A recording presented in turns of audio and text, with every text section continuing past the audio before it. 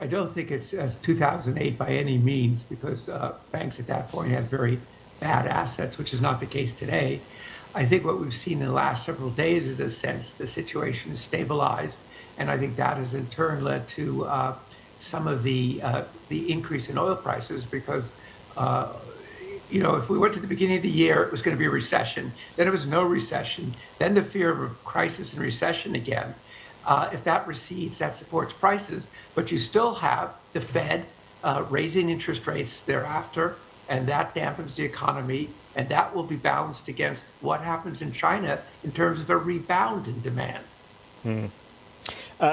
Great jumping off point on China, Dan, and let's bring that in. There was some initial doubt and scepticism over the durability and the pace and the strength of the reopening story and what it would do to economic activity.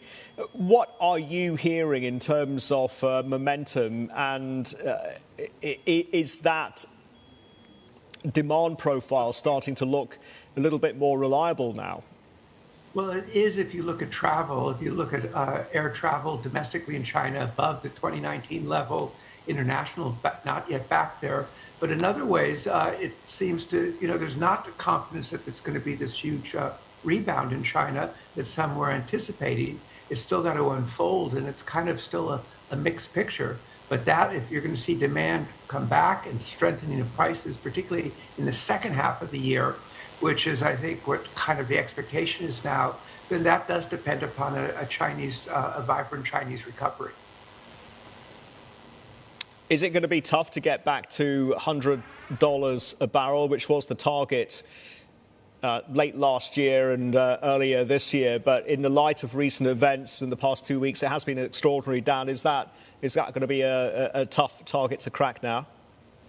I think certainly, unless there's some dramatic thing that happens, I think there is a sense that there's not going to be something that's going to drive prices that high, unless you have disruptions. And look what's happened in the last couple of days. Suddenly, 400,000 barrels a day of Kurdish oil that was going to the market has now been stopped. Is that permanently gone, or is it in a squabble between the central government in Baghdad and the Kurdish government and Turkey involved? So there's always that kind of risk that's out there.